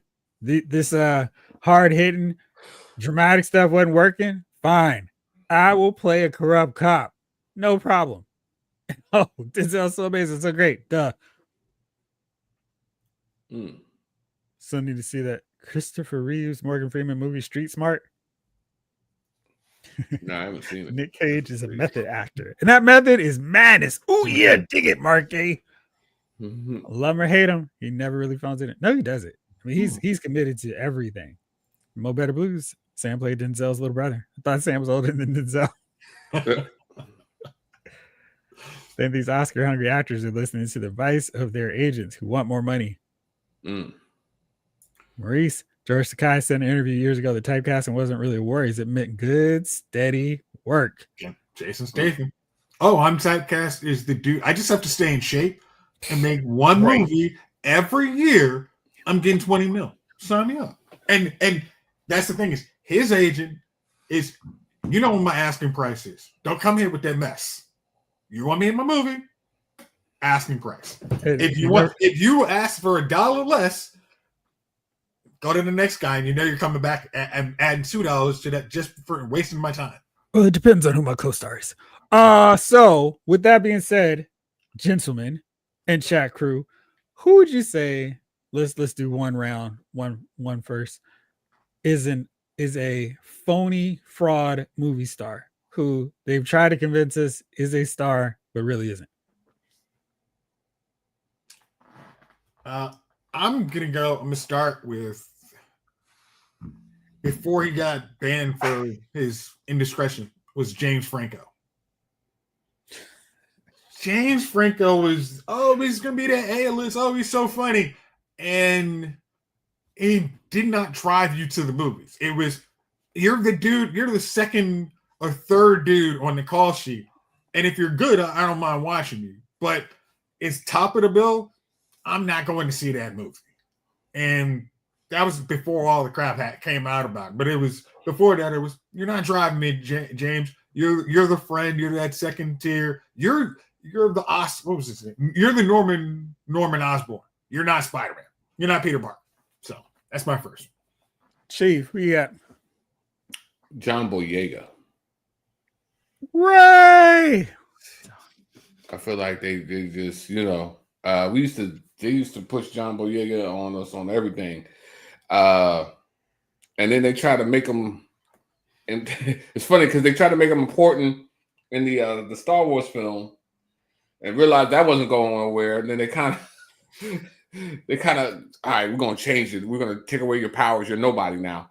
So I feel like John Boyega, and these are not people that I dislike. I don't dislike by John Boyega. I just don't think he's an A-lister star. I wouldn't go see a movie because John Boyega is starring in it at all. So yeah, Boyega. All right, let's see here. What's the chat saying? Omega 579. Chris Evans is not a star. It depends on what he's doing. Puts on a spangly Star Spangled Banner outfit. He's a movie star.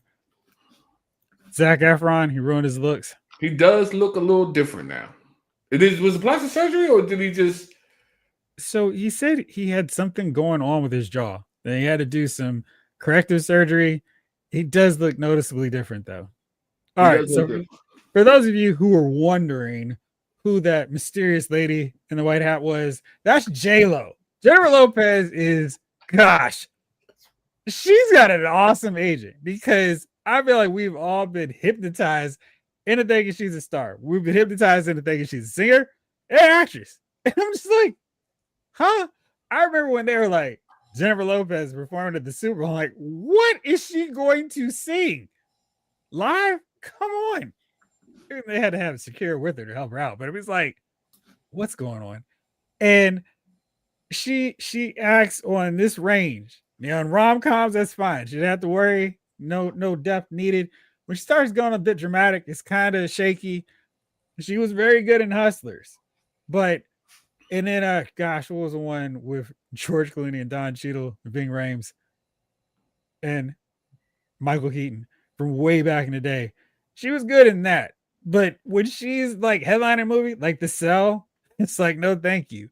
She's a Mark Wahlberg. She needs a strong ensemble around her and not a star, but they have really worked very hard to sell her as a star. And some of it is because she does not look like a refrigerator, which I understand and I get, but man, she's not a star. All right. Bro, you got another one? Oh, Ashton Kutcher's a good one too. Man, I don't want to throw shade on nobody, but I'm gonna go with Katherine Heigl. At one point, they really were trying, hey, Grey's Anatomy, don't worry, she's breaking out. This is a big role, and some reason she couldn't find. Because I don't think she's a bad actress, but it's just never got the roles that actually like, oh, I'm going to drive you to the movie, and then after you see those, a couple rom-coms. Like I like, what was it, 27 Dresses, but after that, it was okay. Kind of that you if you want to stick around in that rom-com, cool, but after that is you're not driving me to go see the next Katherine Heigl movie. So yeah, she's my next one. So I'll say this: I feel like J-Lo takes ridiculous movies, like rom-com, like, oh man, who knew the maid that looked like J-Lo would find somebody interested in her. Like that's come on. She has that working against her. But I think in the rom-com films, she is that's her zone, and she is good in those. Katherine Heigl didn't come off like that likable. Oh, she's so charming, and I'm really rooting for her to get with somebody. And like, she's a little frosty. And I don't know what that is, but she just didn't come off like a, oh man, I want to see her happy in this movie. I mean, again, I didn't watch Jennifer Lawrence. What's up, Dark Knight 297? Yeah, I didn't watch Grey's Anatomy, and maybe she came off as kind of the sweet girl that she didn't want to feel like she's getting typecast or taken advantage of. But it was always, I got this edge, and didn't really work out well on her movies. Who saw they clone Tyrone? That was funny. Did you see it? Did you all see it? I never even wanted to watch it. Again. Again. So, listen. Hold on, Saulus, because you mentioned the Giants. I don't have a problem with me tripping. Leave the Giants out of this. I never wanted to see they clone Tyrone. I don't want to see them they clone Billy, Willie, Ed. I don't want to see none of it. Especially not Eddie. Wanted to see a John Boyega movie in the past, the present, and probably not the future if he was the star of it. Now, will I see a movie that he's in? Sure. But if they're like, John Boyega's in this new action movie, he's known as the assassin, I'm not going to be like, oh, yeah, we're going to see it. I'm not a John Boyega guy. I don't feel like his star power is that bright to me. Now, do I like some movies that he's in? Sure. I like the movie where he was a young boy and the aliens came and invaded. But it was like an English movie. They were like actually over in London or wherever they were. But to see Boyega go out there and actively go see a star in Boyega, no, I'm all right. I'm cool. I'm with James. And again, I don't dislike him. There's no hate with those. There's no hate. I'm not like, damn, he's in this movie. I'm okay with it. I'm okay with seeing a movie with him. I just don't feel like his star power is very bright. I think some of what Jamelin said is true, because in those Star Wars trailers, oh man, this dude, wow, he's the star of this thing. Gosh, you suckers. And I think that hurt him tremendously, because if he was the real star, like they position him in the trailers, I think his career would keep going, because most of the people who are in Star Wars films, Hayden Christensen notwithstanding, tended to do pretty well after their appearance in the trilogy. And Oscar Isaac, I mean, he's still doing stuff. Daisy Ridley, but I think some of that's came to do with just the quality of those films. But I think he suffered the most because his character was positioned like a hero, and then he became a bootleg Han, and then he became a bootleg Lando Calrissian. That's what I'm saying. I mean, he was unfortunately one of those guys. If he should have read that second script, and as soon as he read it, I got other work to do. I'm breaching this one. Like everyone diminished his role significantly. I mean, you're in the same amount of time. I don't care. Like, this is garbage. I mean, I have another commitment. Sorry, Star Wars. Recast me. Fine. Get rid of me. I'm good. That Star Wars money be calling though. I like Jennifer Lopez, but she's not an A-list talent. Yeah, dude, she's never been a great actress. Yeah, she's a solid B-, B+, whichever way you want to go with her. But they really do try to push her as a star. It's so funny because it's like her skills are actually limited. Like most of the people we mentioned, they've got a lot of good range, and it's just for whatever reason they haven't gotten to that next level. She's long surpassed her range. Because again, what was it? The movie was A Kiss the Spider. She's got Diego from Luna? Andor. Diego Luna? Diego Luna. Oh, it's J-Lo. It's like, Luna. Come on, guys. I know what you're trying to do here. We got one good actor and J-Lo. It's like, I'm sorry now. Diego Luna. Dark Knight 297. Only thing J-Lo is good at is getting rings. And giving them back.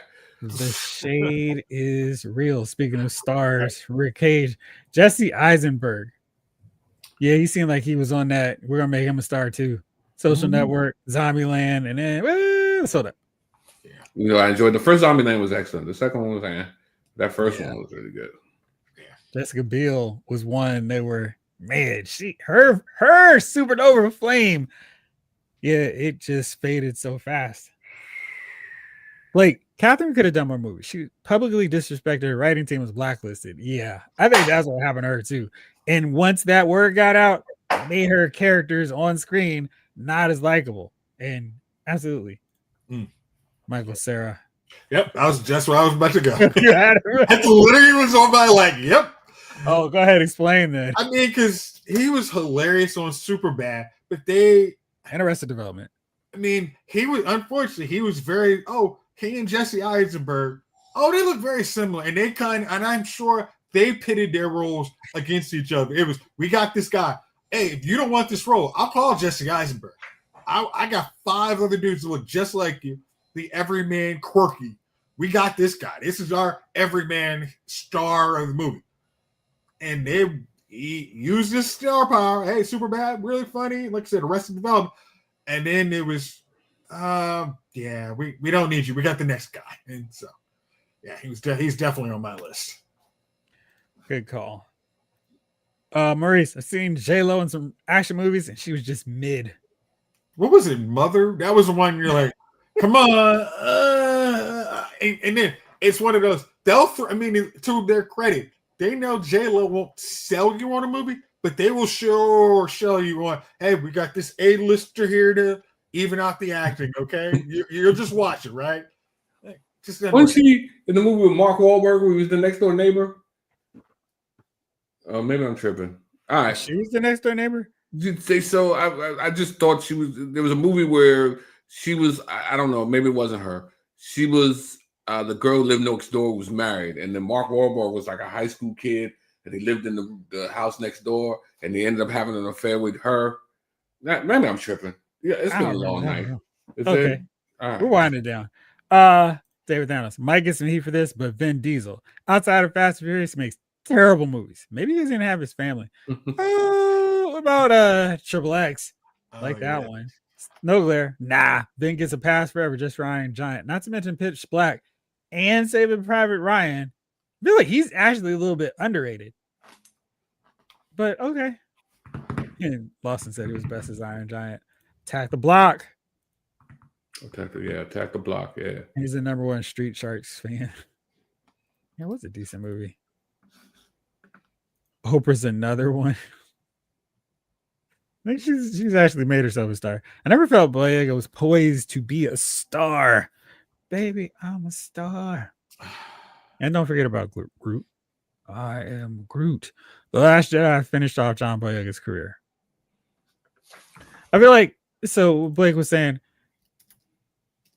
from those films, had he been positioned as a true third or one of the 3 leads in that film, and none of them got treated like that because of the way the scripts were handled, and it was, I want this to be the focus. I want this to be the focus. I think all of them suffered from it. And when you see a Star Wars film, you see a trailer and a character's holding a lightsaber, like, oh, this is our hero. So I feel like they misled, the little bait and switch on us with that. And then the other films really sideline him to like, hey, let's focus on Rey and shirtless Kylo Ren. Hey, buddy, can we get your shirt? I feel kind of weird asking you to put on a shirt again. So it's one of those deals, but those films were just a mess for everyone involved. Mark A, hey, Chris Pratt was about to suffer from oversaturation, but he's cooled a bit since, and you're not that sick of him when he's got another movie out. Yeah, I feel like he's probably a really solid B+. Like, you can like the movies he's in. Maybe he's not drawing you to it, but yeah. I feel like he's probably set with those trilogies too. Justin Timberlake. As long as I got my suit in time, all right, though, with Justin. Jalen. Oh, man, I forgot about Jessica Biel. What happened to her? Did she essay someone or something? Man, what does that say? All I remember was Stealth. And I don't remember another movie she did where she was like focused on anything. JT Quarles is another. Probably just turned 26. Robert Pattinson. Mm-hmm. He's on your list too? Yep.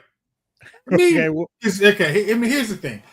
After Twilight, It seemed like a bankable dude. I mean, because him and what's my man? I guess I'm gonna give another one like the dude from Christian Grey. It was they're heartthrobs. We can use this, and then it was after their property somehow they're not drawing anybody. I mean, Robert Pattinson, he does billions. Nobody went to see that, even though it sounded like a god idea. He's just, no, I'm good. And I know Batman is poised to get that sequel. But let's be honest, that one's gonna gut it up just like Joker Part Deuce. And it's just it's not happening. No, beside that core audience, nobody's translating into that next movie. Yeah, and that's the whole thing. I just felt like that was a natural progression from the characters, the way and they had great chemistry in the first film, and it felt like, all right, yeah, do this. And I was like, psych, she's gonna fall for the Sith Lord who killed Han Solo. Sorry for the spoiler. And it's like, this wasn't even a dumb. Sith Lord, it was lame. Yeah. They didn't even have enough wherewithal to understand, hey, are you guys actually The Boy Next Door, starring Jennifer Lopez. But it wasn't, it was that was a real one. Okay. Yeah, it was a real joint. Yeah. And you're right, though. Jessica Alba really seemed like she was going to be a superstar, whether we liked it or not. But yeah, you're like, actually, I'm good. She sold out for that $1 billion, and I can't applaud her more. She's like, mad at hey, her. I might not be a best actor, but I know how to do this. Mark, hey, my feelings on J-Lo can be summed with one of her movie titles. Enough. Angelina Jolie, Tomb Raider movies pretty for me. Man, it was salt. Some of those other ones. Just she tried to give you a good action beside it was Mr. and Mrs. Smith. It was like, oh, come on. You have a layup. She's a good actress, but it's just, can you help her with movie choices? Like, come on, man. Yeah, man. But at that time, man, she was one of the most beautiful women on earth. And you was going to see Angelina Jolie movie. Yeah, I feel like she's more of a star in the sense of like, I watch it. Like nobody was going to see Wanted because of James McAvoy. Hell no. It was like, Angelina Jolie's in this, I'll watch it. Yeah. It was just sometimes just looking at pure beauty for an hour and a half is okay. Oh, wait. Where did I go? Oh, I'm going to put a name out there. I just want to see what y'all think. Awkwafina. Absolutely. Gosh, the fact that she's in the MCU cartoon movies is annoying to me. Man, it's like, dude, all right, we get it. You're influenced by Black culture. Not appropriating whatsoever. This is just you. But man, she is a one-note Kevin Hart, but way worse because Kevin Hart had more range than she does. Absolutely. Yeah, and I don't want to see her dramatic turn. It's like, no, just go away. Like, you're good. Chief, you got another one? Oh, Melissa McCarthy. Very, very, very fair. Yeah. Yes, sir. Yeah, Ryan Gooseman. The Boy Next Door. That's what it is. I always get, that preppy frat boy look confused with Wahlberg sometimes. Fear was the only good movie Wahlberg made. I'm always gonna go with. I mean, he was in The Departed and The Italian Job. Well, if you want to go with him being a star, hey, absolutely. Yeah, I mean, him actually top of the call sheet was okay. Yeah, I'll deal with that. I used to own the Tomb Raider movie posters because she was hot. I never said she wasn't hot. I said she's an overrated actor. Look, I didn't even comment on your actor part. I'm just saying the reason why I went and saw her was because she's hot. That's all. You know what I mean? And Rick Cage wraps us up sufficiently. Star power is temporary unless you're in Resident Evil. You can only shine so long before being outshined and going supernova. You're hot, then you're not. Yep. Then you can't get into that club anymore. I'm gonna need to. You gonna need to pay me? I've been coming here for years. That's when you was making movies. Sorry, you're gonna wait in line with everybody else, with the rest of the riffraff. All right. Well, it's 9:51. I don't know how that happened so fast. But let's go with this. Who, fellas, are your nominees for W's of the Week? Hey, Jace, why don't we do something different and have Chief cue you up first this time? Oh, wow, that's cool. Okay, so my dummy of the week is going to be me because Again? I had a really fun Saturday night, and then I decided to wake up at 9 in the morning to watch the Broncos play the Jets in London. Wouldn't recommend it. It was not a good idea. That was a kind of a, hey, would you like to see good football? Yeah. No, this ain't that game. And sitting through maybe about an hour and a half of that game, because I went to sleep through the first quarter, I'm sure. But to even just watch that bad a performance and just like, somebody said we're a Super Bowl contender? I don't see it. So I am my dummy of the week Hate that. for watching that game. All right. So at New York Comic Con, Gold Searcher tweeted, I asked the folks at Marvel's booth if I need to have visual aid for you for this. Hold on really fast so you can see what I'm talking about.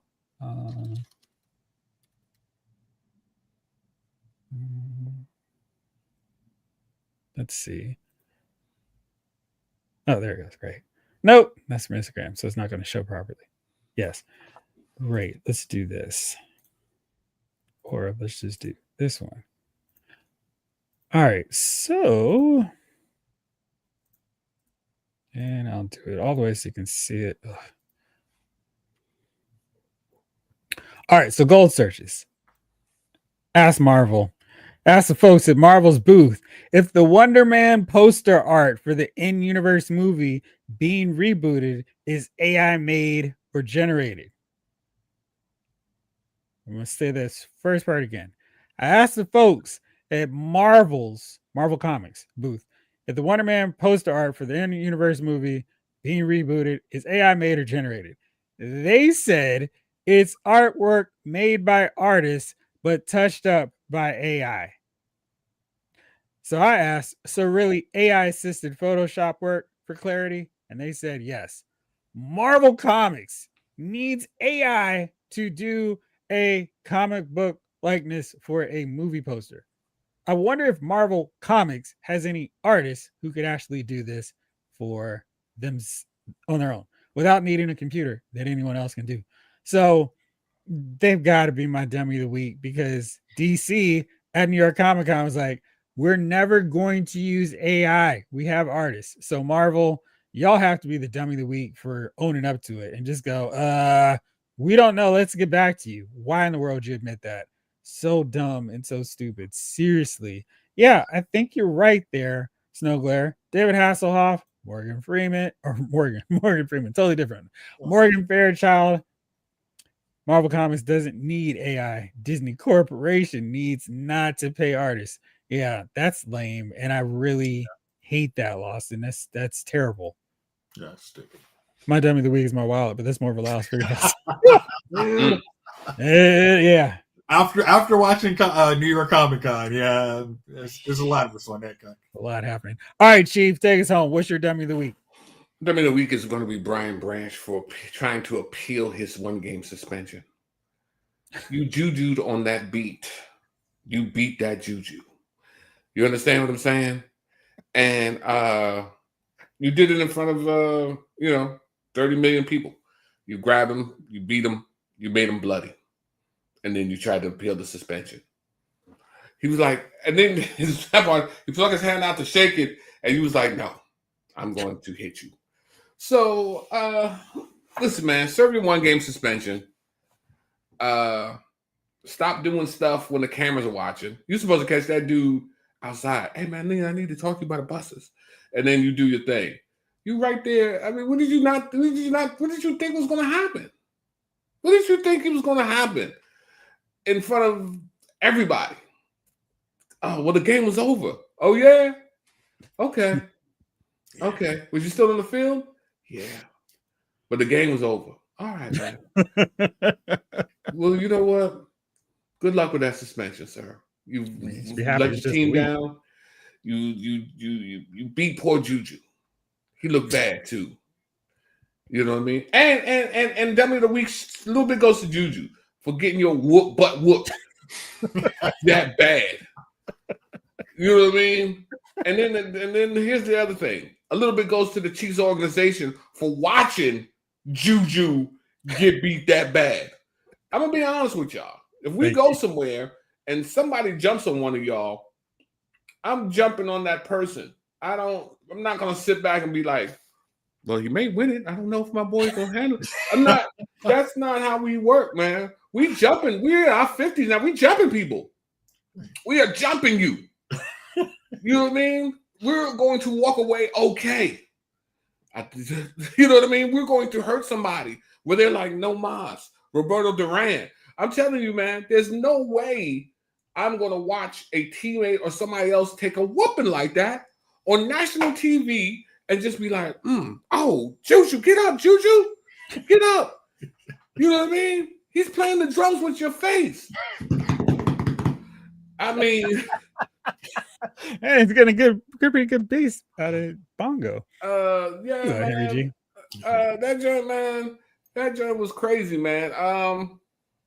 So yeah, Branch, Juju for letting yourself get whooped like that. I ain't letting myself get. Let me tell you something. On national TV, I would have flew. He flew away, yeah, but I didn't get beat up. Right, I didn't get beat up. They were like, "Is he flying?" Yeah, you was on the ground getting just handled. He was one hand. He was like, He was like, "Oh, where are we taking next? Oh, where are you taking me next? Oh, that's my face." And the Chiefs players were like, They thought he was doing a TikTok, Chief. They thought he was definitely doing a TikTok in their head. And the Chiefs was just looking. Oh, they're beating up Juju real good. They beat him up. And I'm like, how you gonna let them beat up your man like that in front of y'all? And y'all just looking. Can we break it up? Juju's a jerk. I don't like Juju either. That's Schuster. You know what I mean? Nobody likes Schuster. That's the only way I can see somebody letting you get whooped like that for that long. When he got up, his whole face, I'm like, oh my God. So yeah. Branch for appealing and whooping somebody in front of the whole national TV crowd. Juju for allowing yourself to get beat like that. There's no way. If you got a woman and you walk home, you shouldn't even look her in the eyes that night. You should have just had your head down. Sorry, I failed you. I am Will Smith. And then I am Eddie.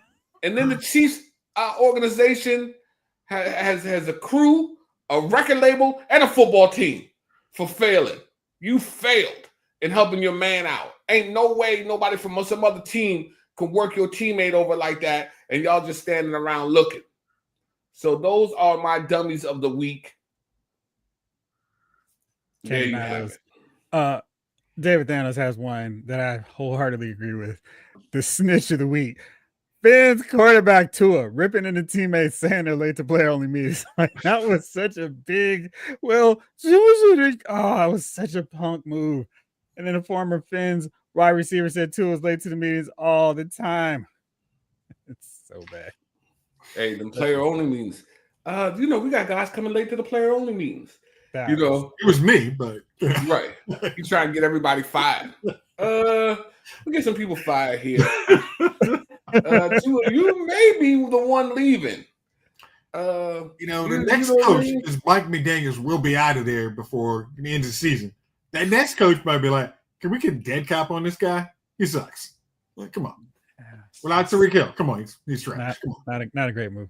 Not a great look. All right, well, fellas, thank you as always for hanging out with me tonight. David Thanos, Dark Knight 297, Jamelin Parks, the honorary on fire shouter tonight. Snake Eyes, Maurice Phillip, Blaze Harpley, Henry G, Rick Cage, Esquire, Lost and Wallace, Snow Glare, Snake Eyes, Maurice. I think I mentioned you, but let's do it again. Let's see. Did I forget anybody? Yep. Oh, Mark A, of course. JFS. Blizzy Park. We got everybody. I'm seeing King Phillip. Collector. Henry G. Yes. I'm trying to see Thanos. Dark Knight. Yep. All right. Omega 579. Yep. And I think that's everyone. Let me see. All right. Well, that'll do it Thanos. for this episode. Thank you all for tuning in. Tomorrow, I'll be back. Huh? One more. I'm sorry. yeah. Before you end that, Yeah. an honorary shout out goes to Mark Sanchez, who's ruined everything he's ever known. So let's just throw that in there as dummy of the week. And then you know, I don't know how you're parking space in an alley. So let me just stop there and please continue, sir. I'm sorry that I've interrupted you. Oh my man, I was one of the few actually like Mark Sanchez's commentary. I was like, oh man, that's the shame. He's done. All right. Well, tomorrow I'll be back on for another edition of Lost Figure Files. But for now, Jace has a message for you real fast before we go. So once again, folks, please like and subscribe and share our lovely podcast. All right. So for now, thank you so much. This episode of Lost Movie Files has been filed.